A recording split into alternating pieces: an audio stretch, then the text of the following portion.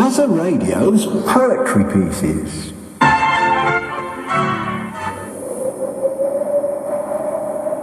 It's time for something spooky.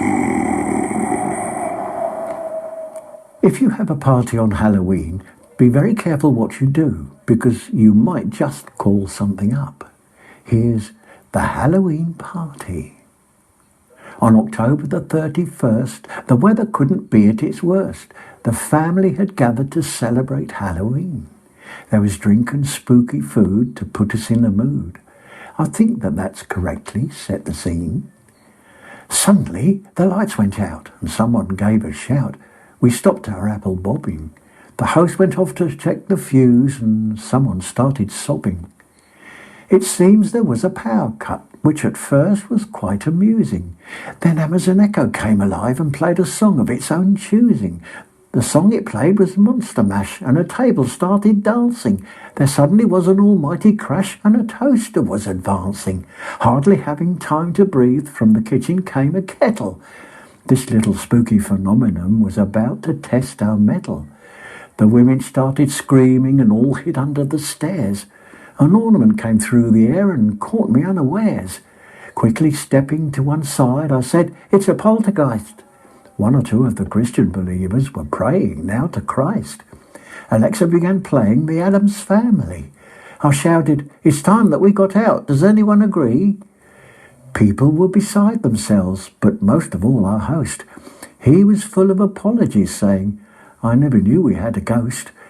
The activities started to quieten down as people began to leave. Hopefully this was the end, or was it just a reprieve? I decided I should stay behind and help clear up the mess. The way that I had been brought up, I couldn't do no less. Since then, we held the party at the same place every year.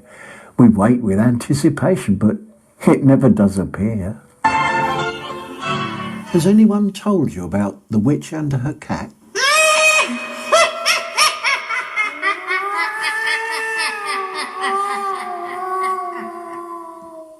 There once was a cat, but having said that, he was no ordinary moggy. He could hypnotise with his big green eyes and make you feel really quite groggy. He belonged to a witch, an evil bitch. They say that she lived in a wood.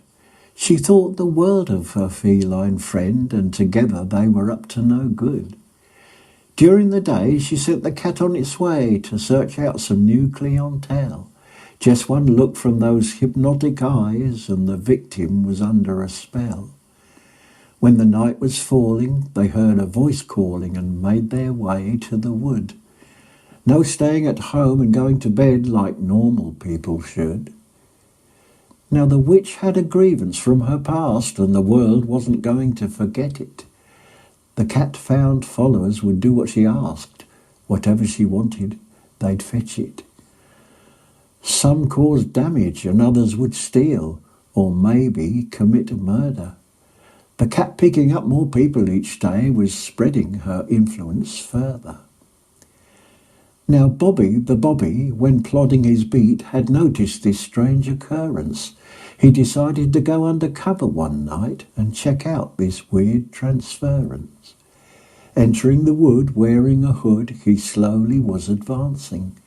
The witch's disciples were in a clearing, noisily chanting and dancing. But what a surprise! They saw through his disguise and Bob was exterminated. Yes, Bobby was dead, but in the witch's head there was something she miscalculated.